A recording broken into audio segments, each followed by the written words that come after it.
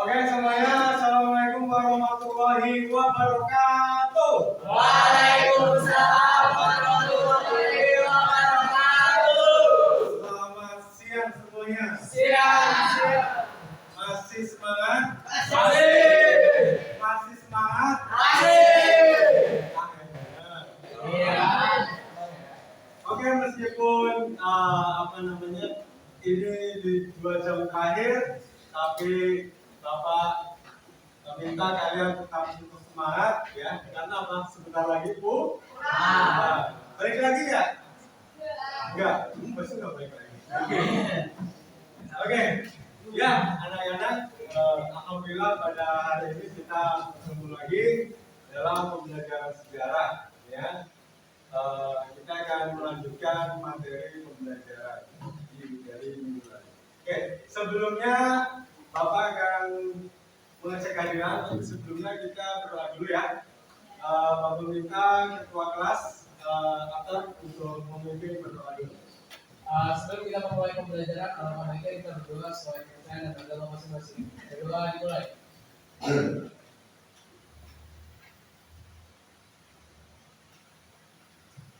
Amin. Berdoa selesai. Memberi salam. Assalamualaikum warahmatullahi wabarakatuh. Waalaikumsalam warahmatullahi wabarakatuh. Gimana kabarnya semuanya? Sehat, Pak. Alhamdulillah. Ya, meskipun cuaca sekarang agak hujan, agak panas, ya udaranya juga kurang enak di badan, maka dari itu Bapak berpesan tetap jaga kesehatan ya. Karena banyak teman-teman kalian mungkin yang hari ini nggak masuk karena mungkin sakit dan sebagainya. Oke, sebelumnya Bapak akan mengecek kehadiran dulu.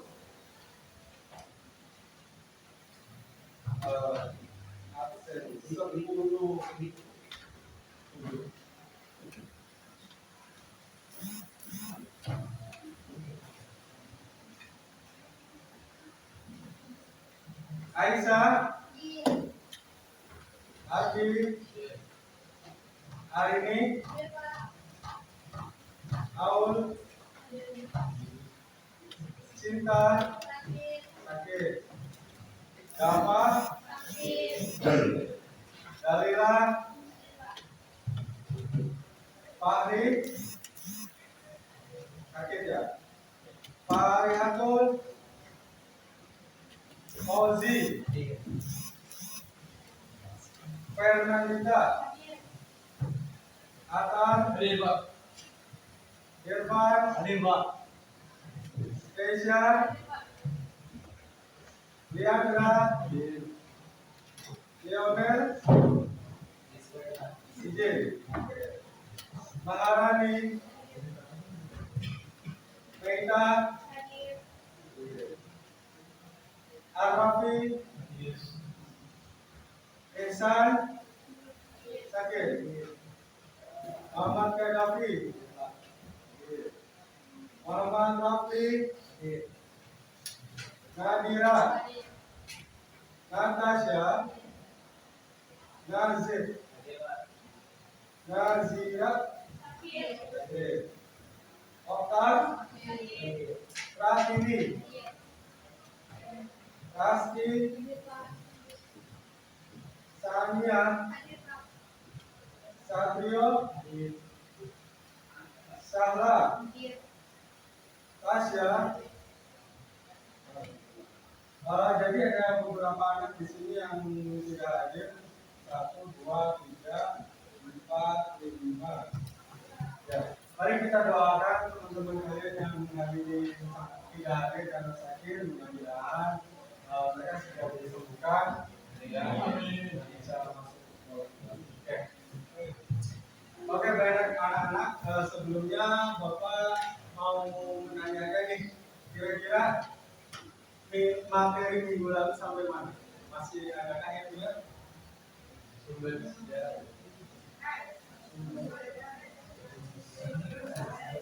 Sampai pada jadi sumber sejarah.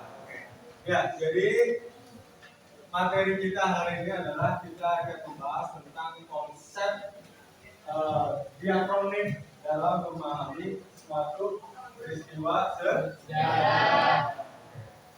Tapi sebelumnya ada yang tahu nggak apa itu konsep diakronim?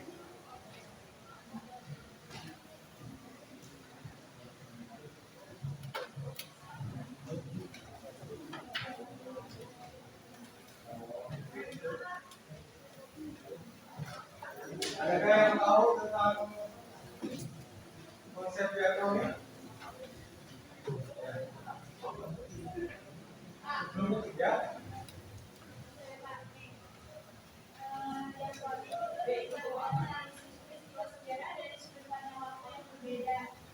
Ya, boleh ya.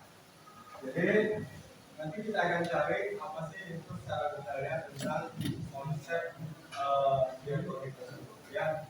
Tapi sebelumnya supaya lebih bersemangat, bagaimana kalau kita menyanyikan lagu nasional? Ya, ya semuanya berdiri dulu ya.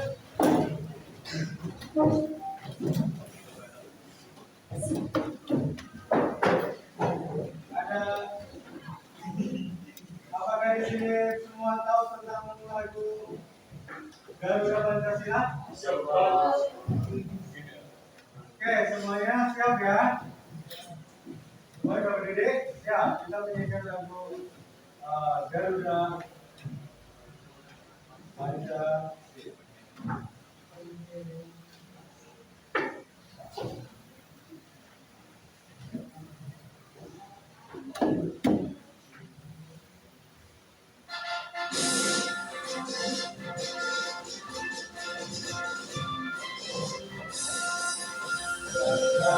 Pancasila, aku mendukungmu.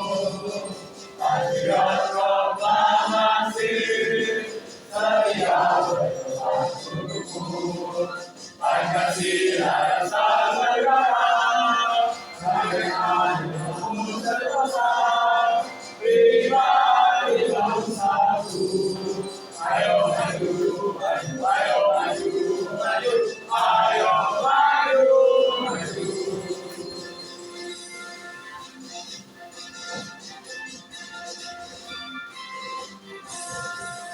Ganda Pancasila, aku telah mendukungmu.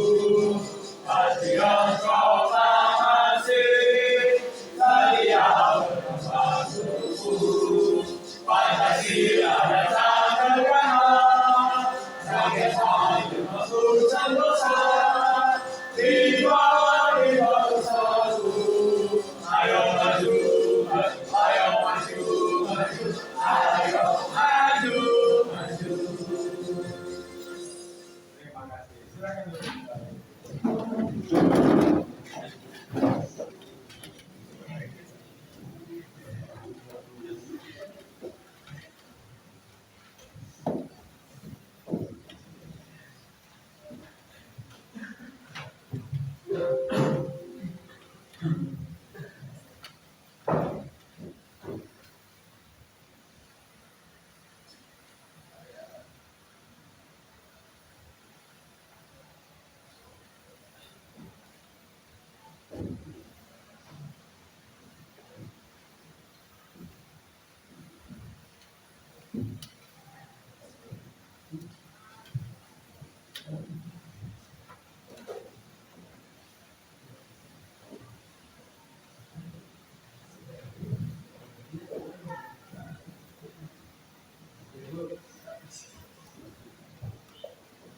Oke, mudah-mudahan tadi setelah kita menyanyikan lagu Garuda Pancasila menjadi semangat lagi ya, meskipun di 2 jam sisa pembelajaran pada hari ini. Oke, sebelumnya Bapak akan menampilkan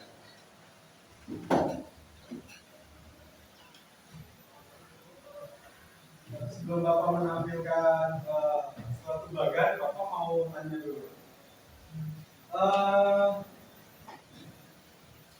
Kalian pernah nggak mendengar kata diakronis? Diakronis, kata kronologis, Apa itu kalau kalian mendengar kata kronologis, apa sih yang ada di pikiran kalian? Urutan waktu. Ya. Terus pernah nggak kalian menceritakan suatu apa namanya kejadian atau peristiwa yang kalian alami atau kalian lihat kepada teman kalian secara detail nih dari awal sampai akhir? Pernah nggak? Contoh nih misalkan, tahu nggak kemarin ada orang yang kemalingan di samping rumah saya misalnya. Nah, jadi ceritanya awalnya orang tersebut datang membawa motor, kemudian dia ke warung dan sebagainya, kemudian tiba-tiba motornya hilang dan sebagainya. Artinya itu menceritakan secara kronologis nggak? Dari awal nggak? Ya, nah, mungkin nanti materi yang akan kita bahas tentang diakronik itu akan berkaitan dengan konsep kronologis, ya. Nah, tentunya Bapak akan menampilkan tabel. Nah, di sini ada tingkat pendidikan tahun. Nah, di tingkat pendidikannya ada SMA, SMP, dan SD. Tapi kita bukan dari atas, dan kita dari bawah. SD, SMP, SMA. Nah, Bapak minta salah satu anak maju ke depan. Coba kalian ingat ya. Kalian masuk SD itu tahun berapa? Terus masuk SMP tahun berapa? Dan masuk SMA itu tahun berapa? Silakan.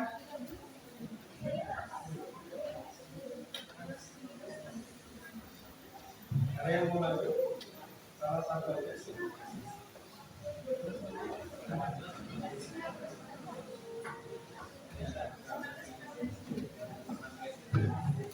Tahun berapa? Ya, Atar coba. Atar masuk SD tahun berapa?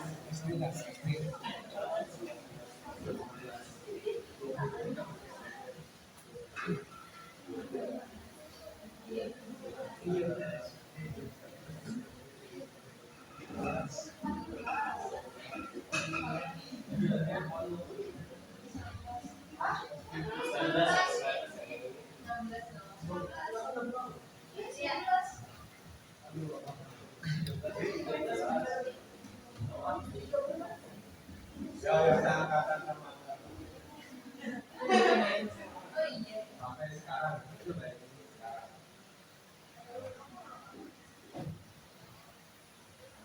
Oke,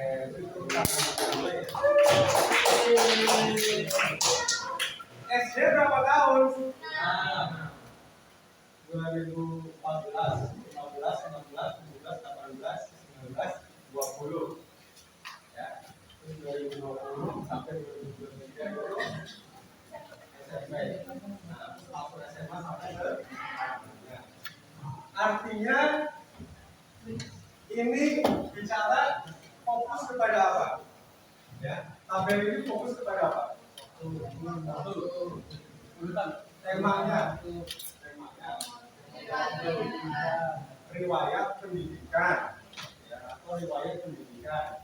Nah, riwayat pendidikannya kalau diceritakan, misalkan atau menceritakan riwayat pendidikannya secara kronologis, secara berurutan, nanti dari SD, SMP, SMA.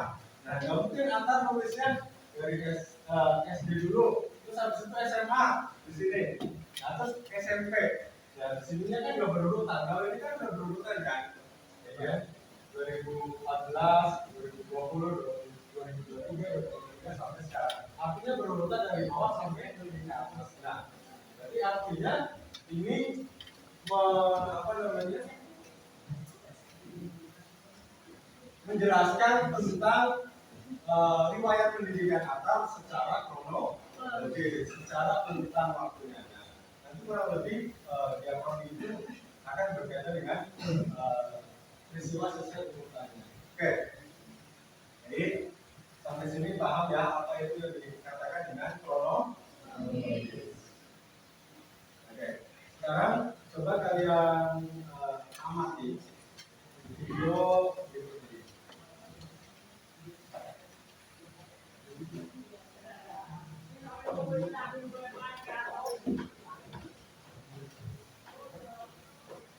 Coba deh.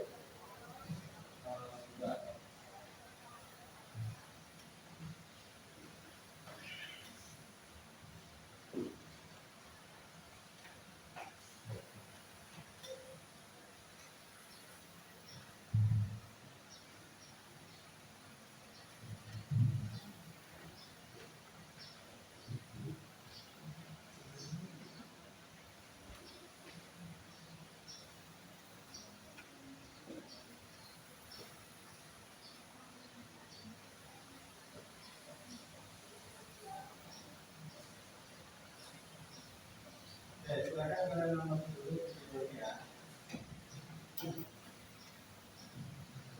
Coba deh teman-teman perhatikan gambar berikut ini. Gambar tersebut adalah peristiwa-peristiwa yang terjadi sekitar proklamasi. Peristiwa yang digambarkan terjadi secara berurutan ya teman-teman, sesuai dengan kronologis waktu terjadinya. Nah, untuk bisa memahami peristiwa sejarah secara berurutan, kita bisa menggunakan cara berpikir diakronik.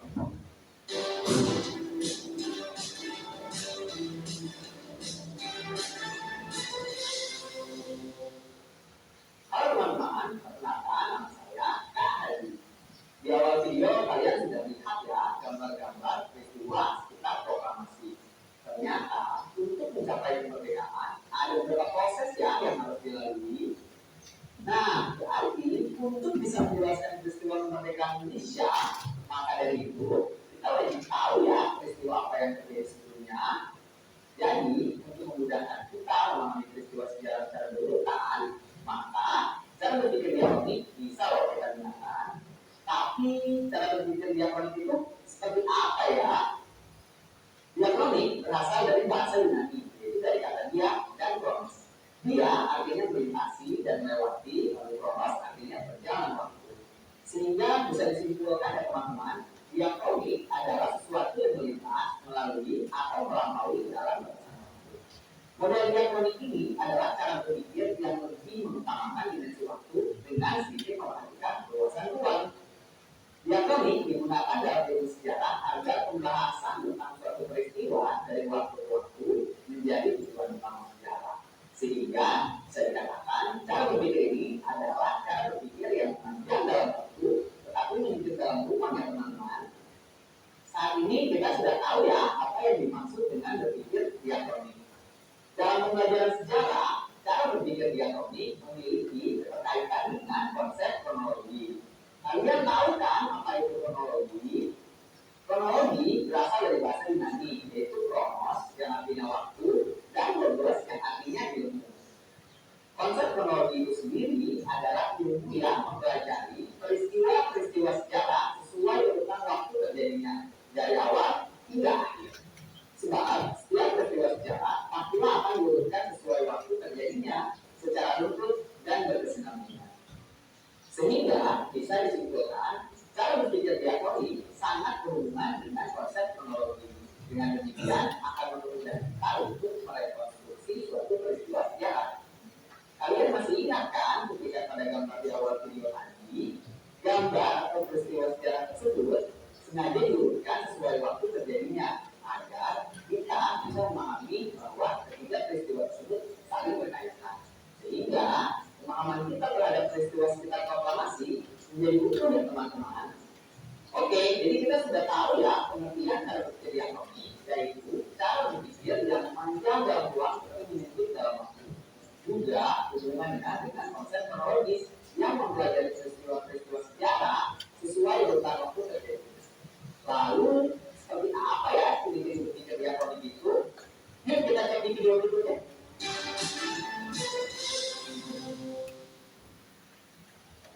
Oke, satu lagi.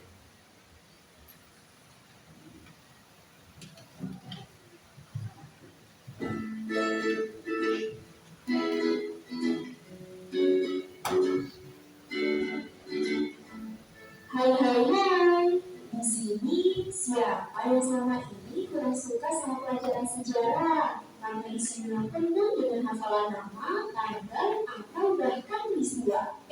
Tenang, belajar sejarah itu tidak hanya sebatas belajar mengenai masa lalu loh. Kamu juga juga bisa belajar bagaimana menginterpretasikan hal-hal bersejarah tersebut, karena yang namanya sejarah itu biasanya tidak hanya sekedar teks saja yang terlihat, tetapi juga dipengaruhi oleh faktor-faktor yang tak terlihat. Misalnya seperti latar belakang budayanya, nilai sosial yang ada pada masanya, dan yang lain. Oleh karena itu, agar kamu bisa menceritakan sebuah peristiwa sejarah, kamu harus memiliki pemahaman yang baik agar tidak muncul pemahaman yang salah, ya. Nah, hal-hal tersebut bisa kamu lakukan dengan cara berpikir diakronik dan sinkronik loh. Ayo akan menunjukkan bagaimana cara berpikir yang seperti itu. Kita mulai berpikir secara diakronik terlebih dahulu ya. Secara etimologis, kata diakronik berasal dari bahasa Yunani, yaitu dia dan kronos. Dia artinya melintas, melampaui, atau melalui. Sedangkan kronos artinya perjalanan waktu. Dengan begitu, kamu bisa mendefinisikan diakronik itu sebagai peristiwa yang dalam prosesnya melewati perjalanan waktu.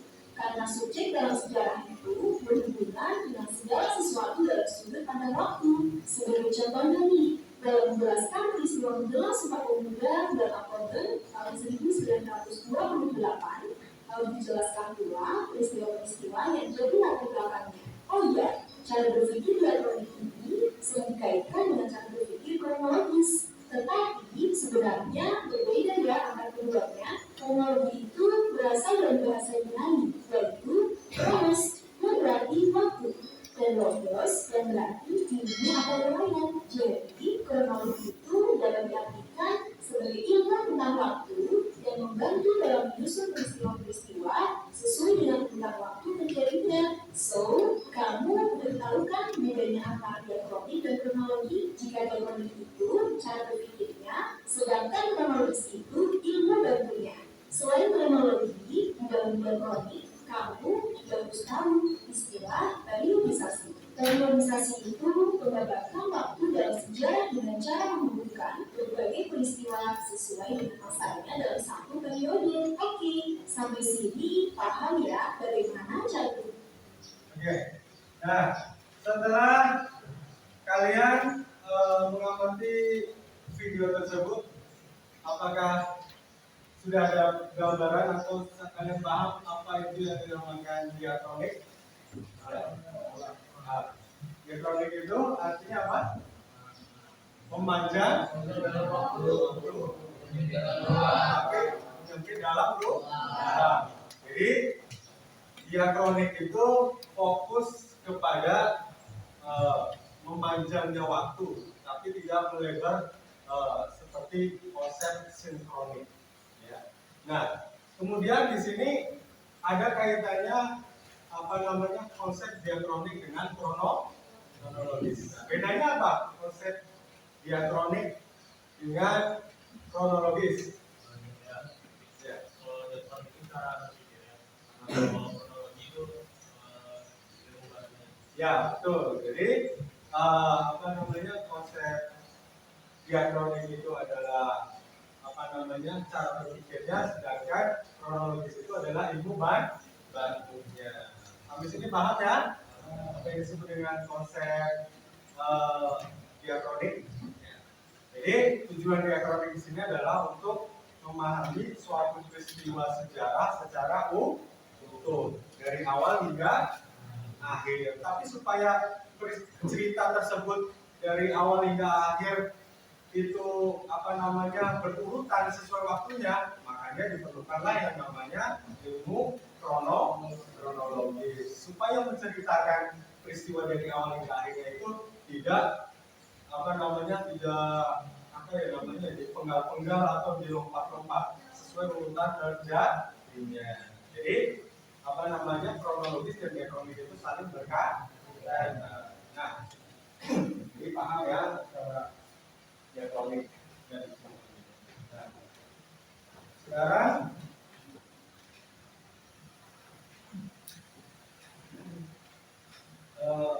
coba Bapak akan mengambil ini. Bapak kan bertanya, kira-kira dari ketiga topik ini, ya, yang pertama kehidupan guru masa pendudukan Jepang, Kedua, perkembangan politik di Indonesia masa Orde Baru. Kemudian, gaya pemerintahan Presiden Soekarno. Nah, dari ketiga topik ini, manakah yang menurut kalian topik yang bermuatan diakronik? Nah, sekarang Bapak tanya satu-satu. Kehidupan guru masa pendudukan Jepang mengandung muatan diakronik? Ayo. Kehidupan guru masa pendudukan Jepang mengandung nggak? Mengandung? Siapa yang setuju dengan mengandung muatan diakronik? Tunjuk tangan. Yang setuju? Tinggi. Oke, berarti harus semuanya setuju. Yang kedua, perkembangan politik di Indonesia masa Orde Baru. Setuju mengandung muatan diakronik? Oke, harus semuanya setuju. Kemudian yang ketiga, gaya pemerintahan Presiden Soekarno mengandung muatan diakronik. Setuju? Ya, betul. Jadi tepat sekali, ya, artinya kehidupan guru masa pendudukan Jepang dan perkembangan politik di Indonesia masa Orde Baru ini mengandung muatan diakronik, sedangkan ini tidak. Karena ini mengandung waktu. Waktunya kapan? Pada masa pendudukan Jepang.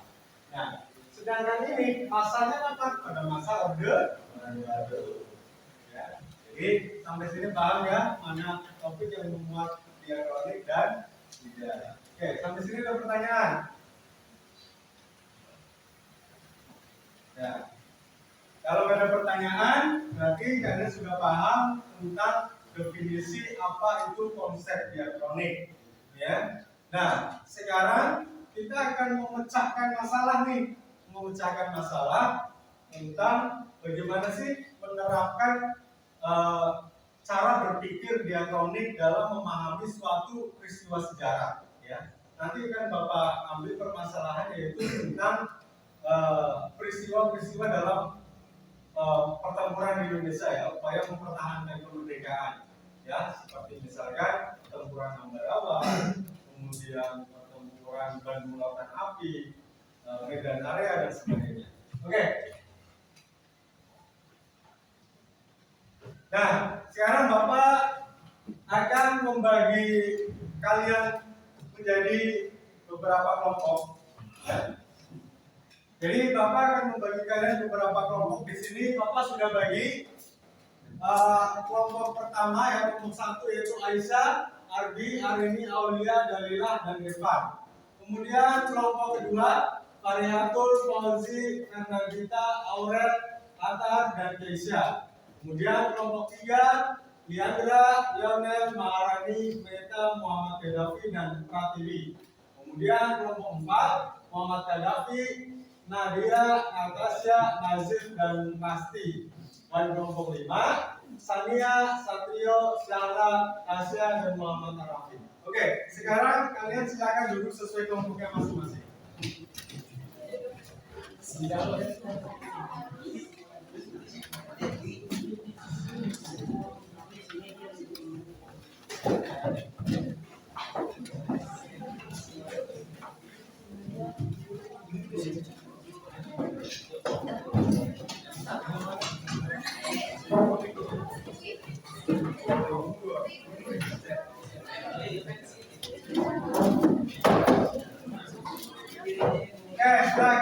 duduk sesuai kelompok yang sudah Bapak bagi ya.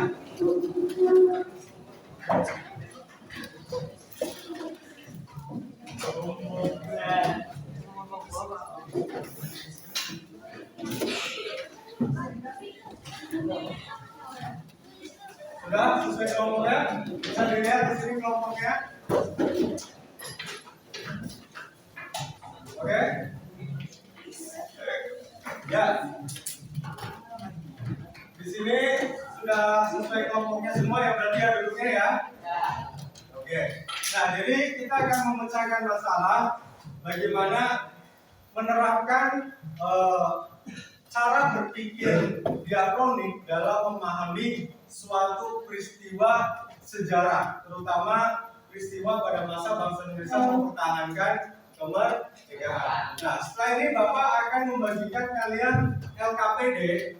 Silakan nanti LKPD-nya kalian baca langkah-langkah kerjanya di situ, alat-alat yang harus kalian siapkan, kemudian kalian kerjakan nanti di presentasinya. Oke ya?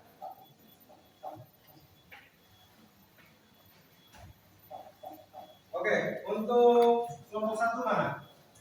Kelompok 1. Oke. Kelompok 2. Kelompok 2 mana? Oke. Silakan kelompok 2. Kelompok 3. Oke. Kelompok 4. Kelompok 5. Oke ya. Nah, silakan kalian lihat di situ ya langkah-langkah dalam mengerjakan LKPD-nya. Ya, Bapak kasih waktu dari sekarang ya kurang lebih 25 menit untuk mengerjakan. Silakan kalian pecahkan permasalahan yang ada di LKPD tersebut. Ya. Bapak akan membagikan.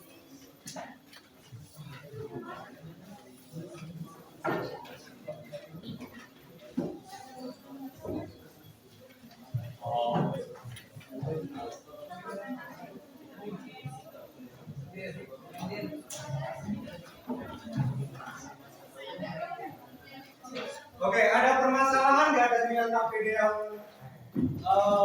Bapak berikan? Kalau ada permasalahan silakan ditanyakan.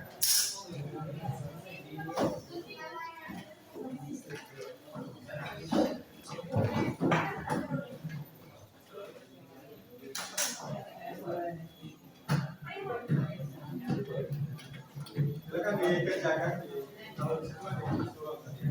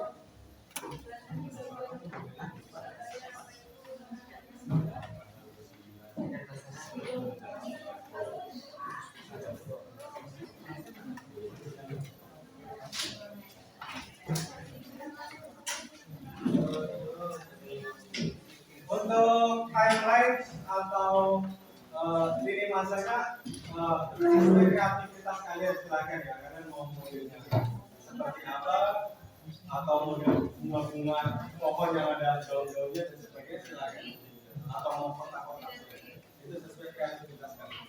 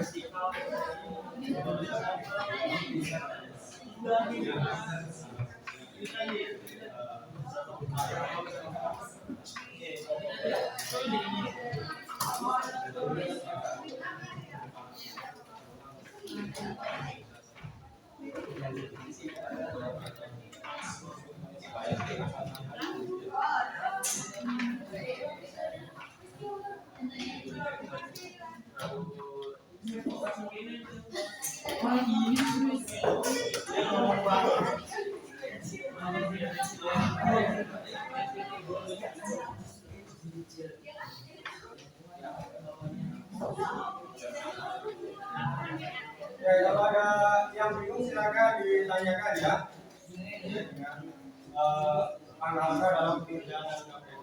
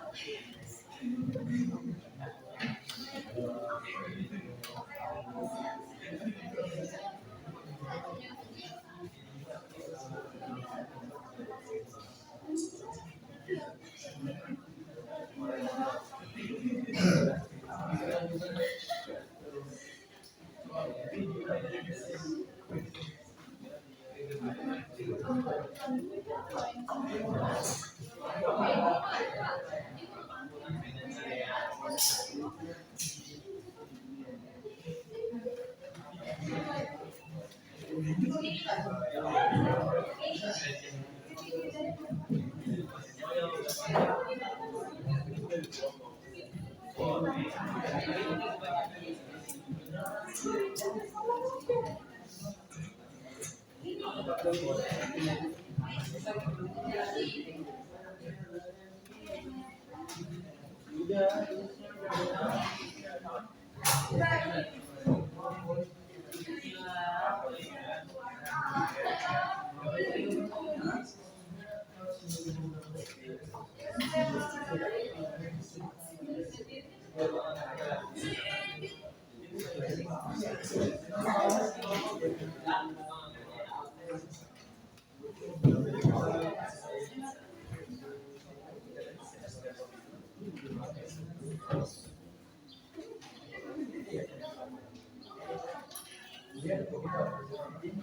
nggak usah pulang dari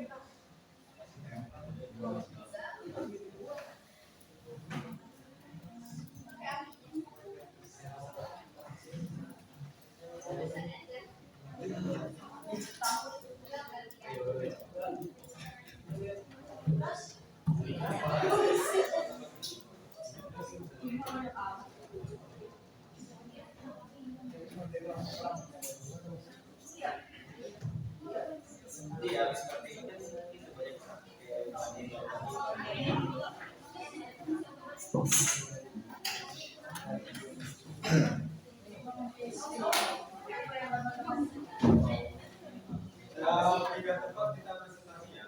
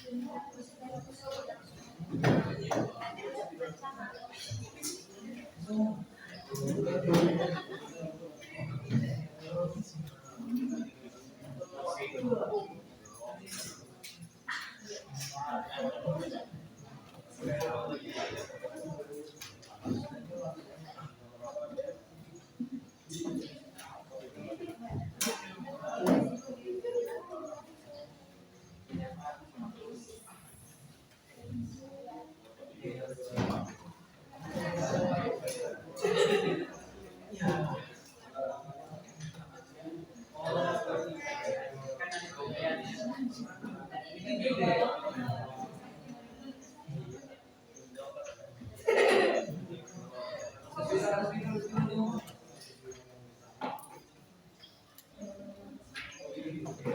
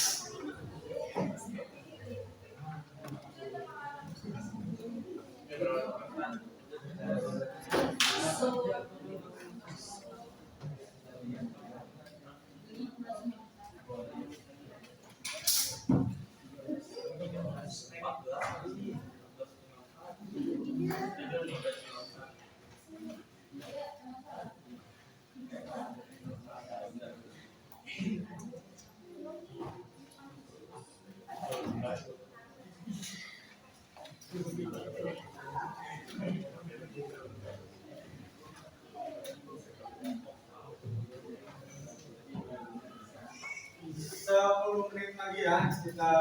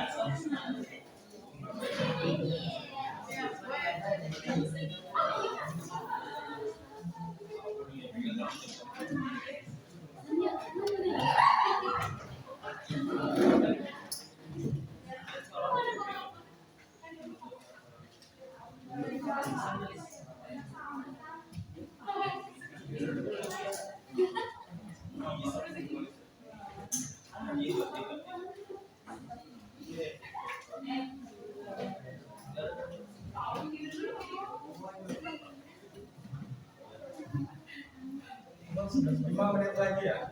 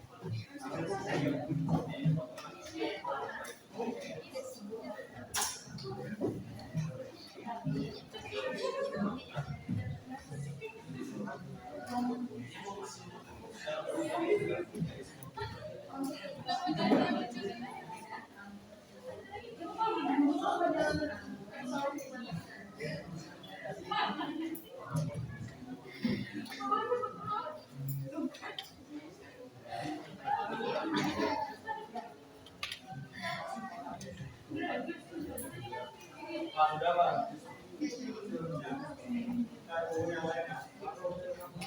Pak, ini Pak.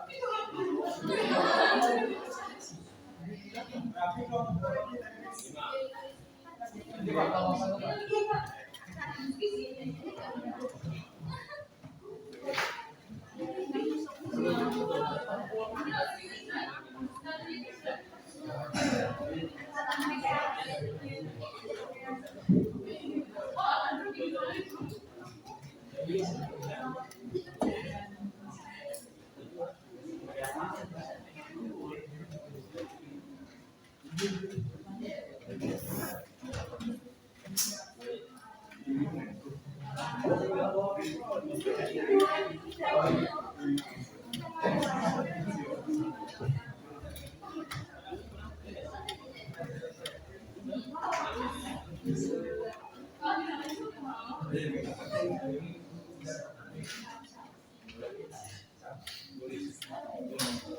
Ya Pak.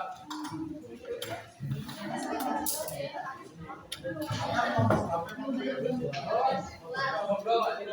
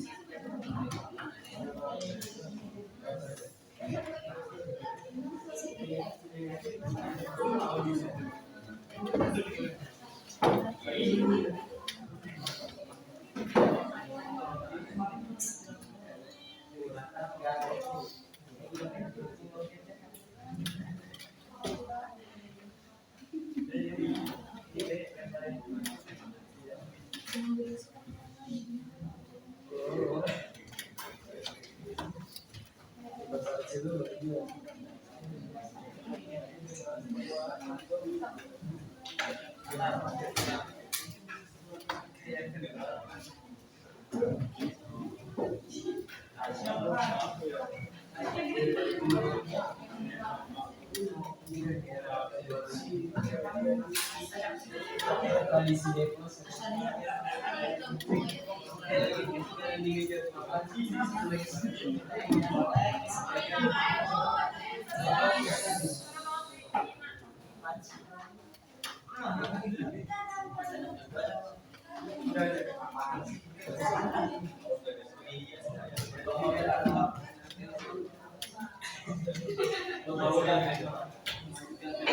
Anak-anak sudah selesai semua?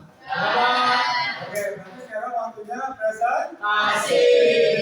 Oke, dimulai dari kelompok 1 dulu. Mana kelompok 1? Ya. Oke, silakan kelompok 1 dipresentasikan membuat ini masa atau kampanye.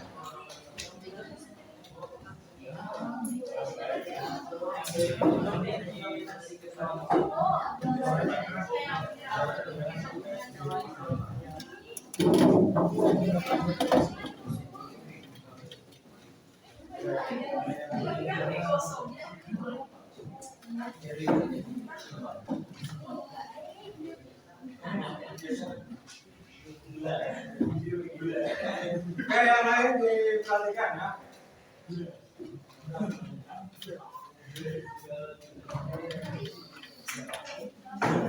Assalamualaikum warahmatullahi wabarakatuh. Waalaikumsalam. Dari kelompok 1 akan mempresentasikan kronologis Bandung Lautan Api.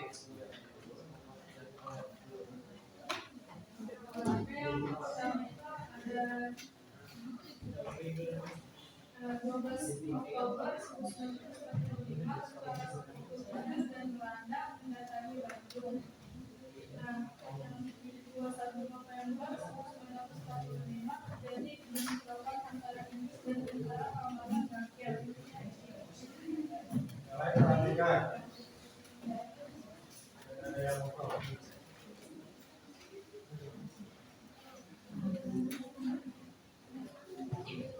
Latihan 24 November 1945-nya kolonel Solowan membuat isinya Bandung secara pasti kosongkan oleh penduduk ataupun angkatan bersenjata. Kalau ini tidak dipindahkan dan tetap mempertahankan Bandung. 11 Desember 1945 terjadi pertempuran di Sukabumi. Pasukan sekutu konvoi dari Jakarta ke Bandung dihadang PKR dan masyarakat. Dari 10 Desember 1945 sekutu mengusir Cibadak. Terus di tanggal 23 Maret 1946 ultimatum Bandung Selatan harus segera dikosongkan oleh rakyat maupun angkatan bersenjata.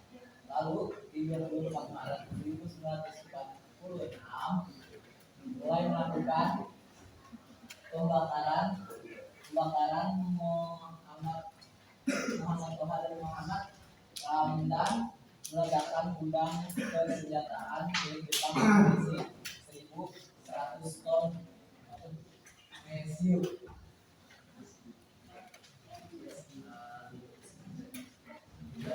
Mungkin cukup sekian dari kelompok 1. Assalamualaikum warahmatullahi wabarakatuh.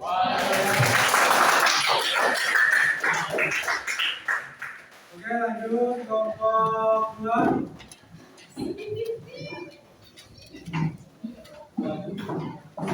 Kelompok 2 peristiwa apa? Pertempuran Surabaya. Pertempuran Surabaya. Oke, silakan.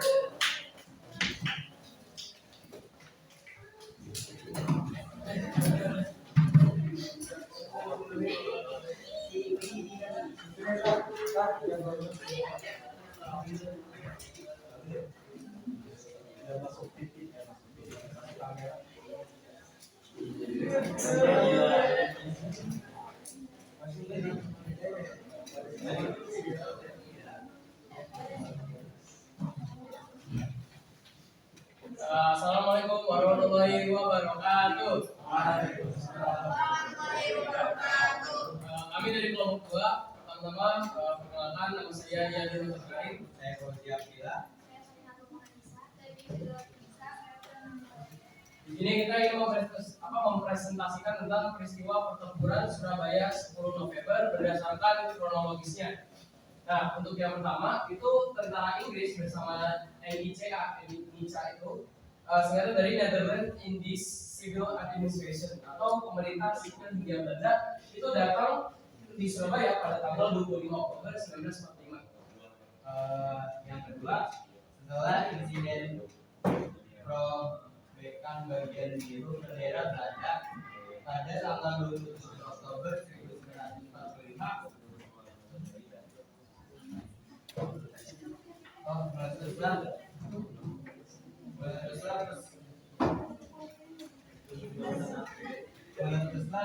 persatuan pertempuran pertama antara Indonesia melawan tentara Inggris. Ketiga adalah gencatan senjata antara pihak Indonesia dengan pihak tentara Inggris. Ditandatangani pada tanggal 29 Oktober 1945. Yang keempat, setelah gencatan senjata berantakan itu terjadi sampai berpuncak pada akhirnya Brigadir Jenderal Malaki pimpinan tentara Inggris untuk Jawa Timur pada tanggal 30 Oktober 1945 sekitar pukul 20 Nah, kemudian itu pengganti Malawi, Mayor Jenderal Erik Robert Manser mengeluarkan ultimatum pada 10 November 1945 untuk meminta pihak Indonesia menyerahkan senjata dan menghentikan perlawanan.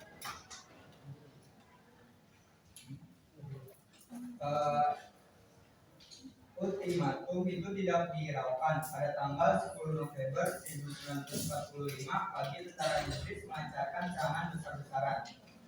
Ya, jadi itu kiranya cerita gimana sih pertempuran Surabaya 10 November itu bisa pecah atau bisa terjadi.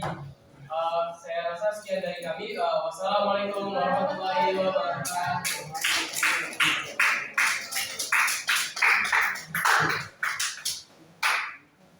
Oke, berikutnya kelompok 3. Mana kelompok 3?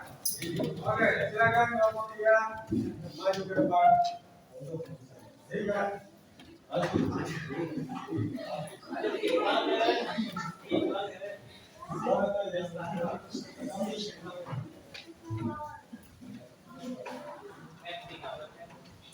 Maju. Dua lengkap. Assalamualaikum warahmatullahi wabarakatuh. Kami dari kelompok 3 akan mempresentasikan peristiwa Ambara. Peristiwa apa? Ambara. Keras suaranya. Pertama kejadian itu dimulai saat tanggal 20 Oktober 1945 yang akan dibacakan oleh Kadhafi. Tentara Sekutu di bawah pimpinan Brigadir dan mendarat di Semarang. Tanggal 20 Oktober 1945 dibaca juga. Tentara Sekutu di bawah pimpinan Brigadir Jenderal mendarat di Semarang dengan mesin mengurus tawanan serang. 26 Oktober 1945 terjadi pertempuran antara tentara keamanan rakyat dan pasukan Inggris. Oke, dan selanjutnya 2 November 1945 akan dibacakan oleh saya sendiri. Soekarno dan Bethel datang ke Magelang untuk berunding dan dilanjutkan tanggal 20 November 1945 oleh Maharani.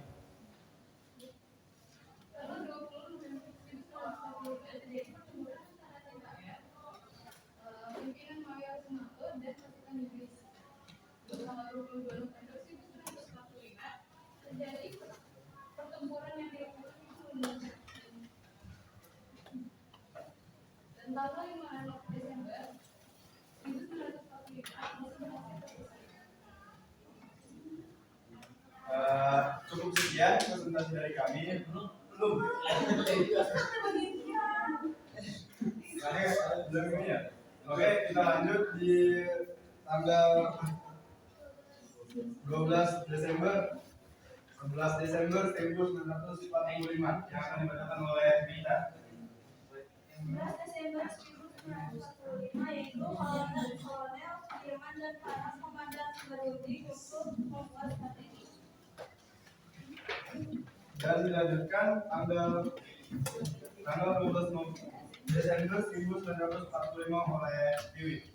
Pada tanggal 12 Desember 1945 TKR menjalankan misi. 15 Desember 1945 pasukan Inggris terdesak dan kalah.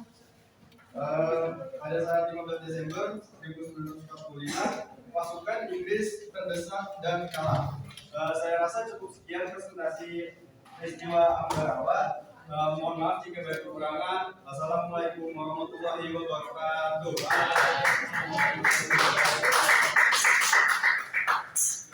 Oke, bagus sekali ya. Sekarang kelompok 4. Mana kelompok 4? Silakan.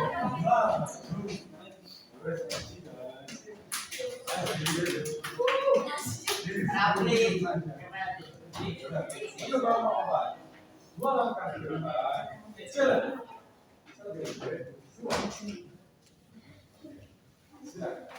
Assalamualaikum warahmatullahi wabarakatuh. Di sini kami kelompok 4 sebelumnya kami memperkenalkan diri kami masing-masing. Saya Muhammad Abdi. Saya dari Batua. Saya Syawahya. Saya Dira Tayun. Di sini kami ingin menjelaskan tentang kronologi kejadian peperangan Medan Area.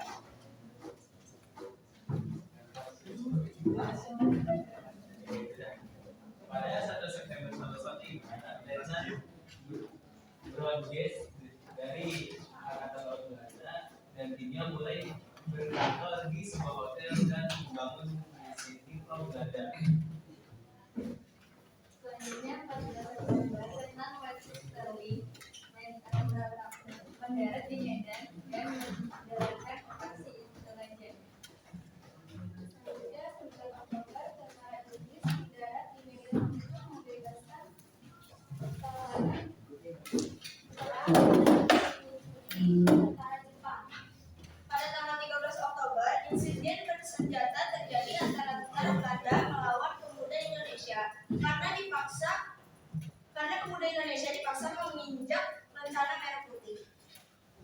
Lalu pada saat 15 Oktober, sebuah hotel berisi orang-orang Belanda dan Ambon diserbu orang-orang Belanda untuk dibunuh. Lalu pada 1 Desember, tentara sekutu di sudut pinggiran kota Medan memasang papan bertulis Fixed Boundaries Medan Area. Dari sini muncullah istilah Medan Area. 10 Desember, tentara Inggris dan Belanda bergerak keluar pusat kota Medan. Pertempuran mengelilingi kota Medan hingga berhari-hari. Mungkin sekian yang bisa kami sampaikan. Kurang lebihnya mohon maaf. Assalamualaikum warahmatullahi wabarakatuh. Waalaikumsalam warahmatullahi wabarakatuh. Bagus sekali kelompok 4. Oke, last kelompok berapa? 5. Oke, kelompok 5 tentang apa? Pertempuran Ambarawa. Oke, silakan di.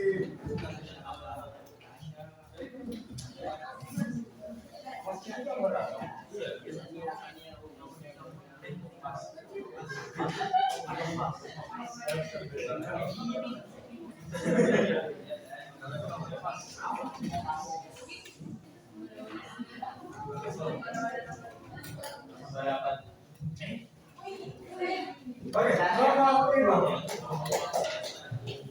Kelompok 5. 3 langkah ke depan. 2. Silakan. Suaranya keras. Assalamualaikum warahmatullahi wabarakatuh. Kami dari kelompok 5 akan menjelaskan tentang kronologi peristiwa pertempuran Ambarawa. Sebelum itu perkenalkan dulu. Nama saya Muhammad Arafi. Saya Sani Yulianti. Saya Shalom Rudian. Untuk peristiwa kronologisnya, di 20 Oktober 1945, tentara sekutu di bawah pimpinan Brigadir Jenderal mendarat di Semarang dengan dalih pengurus tawanan perang.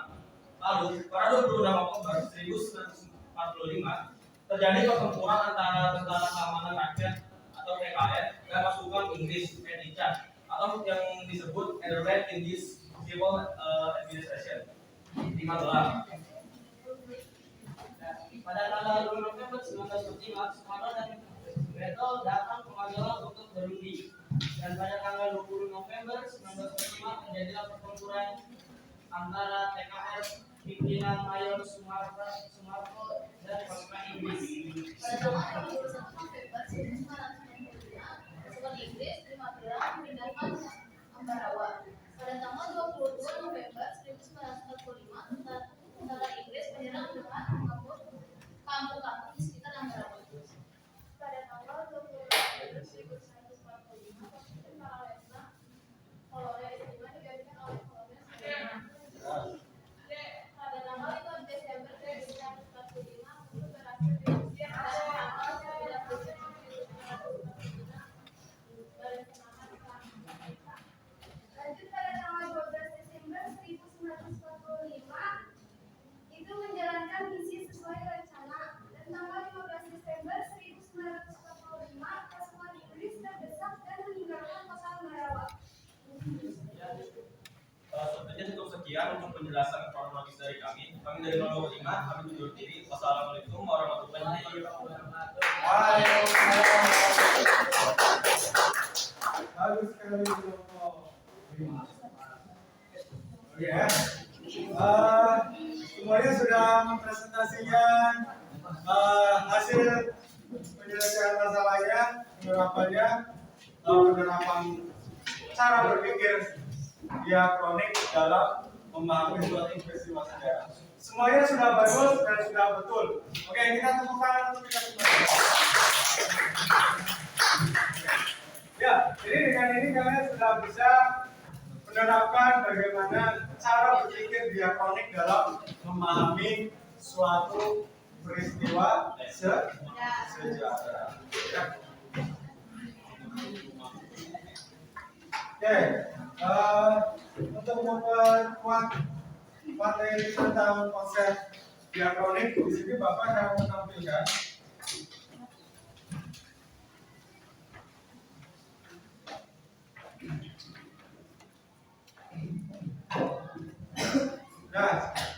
pengertian diakronik ya. Diakronik berasal dari bahasa Yunani, yaitu dia yang mengartikan melintasi atau melewati, dan kronos yang artinya perjalanan waktu. Jadi diakronik adalah sesuatu atau sesuatu yang melintas lalu atau melampaui dalam batasan waktu. Nah, kemudian cara berpikir diakronik adalah lebih mengutamakan dimensi waktu dengan sedikit memperhatikan luasan ruang. Ya, jadi beda antara diakronik dan sinkronik. Kalau diakronik artinya memanjang dalam waktu, tetapi menyempit atau terbatas dalam ruang. Bedanya kebalikannya, kalau sinkronis artinya adalah meluas di dalam ruang, terbatas dalam waktu. Oke, jadi paham antara beda diakronik dan sinkronik ya. Nah, kemudian, ciri-ciri diakronik di sini adalah memanjang dalam waktu, menyempit dalam ruang, dan fokus pada urutan waktu, dan bersifat vertikal dan memiliki hubungan sebab akibat. Ya. Kemudian kronologis dengan diakronik itu saling berkaitan. Kalau diakronik itu adalah pemahamannya, sedangkan kronologis adalah ilmu barunya. Nah, Bapak contohkan di sini tentang peristiwa sekitar proklamasi. Kalau kita melahap secara diakronik ya, di sini kan peristiwa 17 Agustus itu ada peristiwa proklamasi. Nah, sebelum terjadinya peristiwa proklamasi pasti ada peristiwa-peristiwa yang mengakibatkan terjadinya peristiwa proklamasi tersebut. Di mana yang pertama bertanggal 6 Agustus mengebom Hiroshima, 9 Agustus bom Nagasaki, 10 Agustus Jenderal Terenci memanggil 3 tokoh bangsa Indonesia ke darat. Ya, kemudian 12 Agustus Soekarno Hatta dan Jiman BPGK tiba di darat. Kemudian 14 Agustus Jepang menyerah tanpa syarat pada Sekutu. 15 tiga tokoh bangsa Indonesia tiba di Jakarta. Kemudian pada tanggal 16 terjadilah yang namanya peristiwa Rengas Dengklok. Nah, kemudian terjadilah peristiwa 17 Agustus pada tanggal peristiwa proklamasi pada tanggal 17 Agustus. Artinya peristiwa-peristiwa inilah yang akhirnya mengakibatkan peristiwa proklamasi kemerdekaan. Tetapi menjelaskan peristiwa-peristiwa ini secara berurutan, bukan dari tanggal 14 lalu tanggal 9, tapi secara kronologis dari tanggal 6, 9, 10, 12, 13, 14, 15 sampai tanggal 17. Nah, ini yang dimaksud konsep kronologisnya di sini. Tapi menjelaskan peristiwa Agustus ini berdasarkan peristiwa secara utuh. Peristiwa ini mengakibatkan peristiwa ini, peristiwa ini mengakibatkan peristiwa ini, dan seterusnya hingga mengakibatkan peristiwa ini. Jadi ada apa namanya kausalitas atau konsep sebab akibat. Seperti itu. Paham ya? Nah, kemudian, nah, oke, jadi itu pemahaman tentang konsep diakronik. Oke, sampai sini ada pertanyaan? Paham ya? Oke. Kalau sudah paham, silakan kalian buka handphonenya masing-masing, ya. Buka handphonenya masing-masing, lalu kerjakan evaluasi ini. Ya. Silakan kalian scan barcode, di sini ada lampion evaluasi. Silakan kalian kerjakan melalui barcode di depan.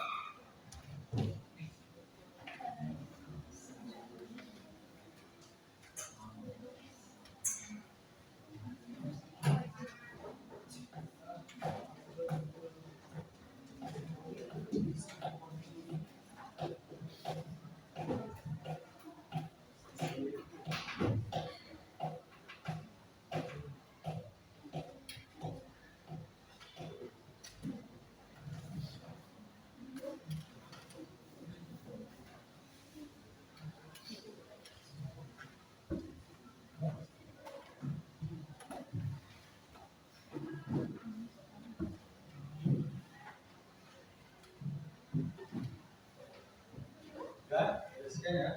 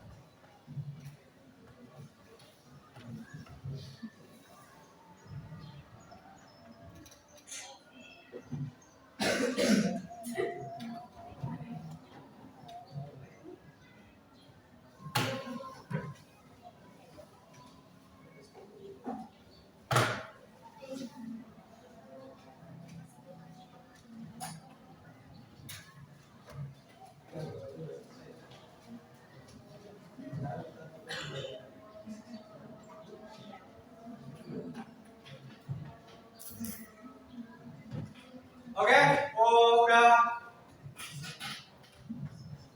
sudah selesai semua evaluasinya ya. Oke, baik anak-anak, dari presentasi kalian tadi dalam membuat atau menyelesaikan permasalahan, pemecahan masalah terhadap penerapan cara berpikir diakronik dalam memahami suatu peristiwa sejarah yang kalian tuangkan di dalam kertas Asturo sesuai dengan instruksi yang dari LKPD. Sudah bagus ya, kalian sudah bisa menerapkan bagaimana cara berpikir secara diakronik dalam memahami suatu peristiwa sejarah. Jadi artinya dengan konsep diakronik ini kita bisa memahami peristiwa sejarah secara utuh ya, dari awal hingga akhir, dan kita bisa memahami suatu peristiwa sejarah ada sebab, ada akibatnya. Ya, apa yang mengakibatkan terjadinya peristiwa tersebut, kemudian dampak dari peristiwa tersebut. Oke, anak-anak, pembelajaran hari ini sudah selesai ya, karena bel sudah berbunyi. Mari kita tutup pembelajaran pada hari ini dengan berdoa ya. Untuk ketua kelas silakan dipimpin berdoa. Sebelum kita pulang ke rumah, kalau baiknya kita berdoa dulu sesuai percaya dan agama masing-masing. Berdoa dimulai.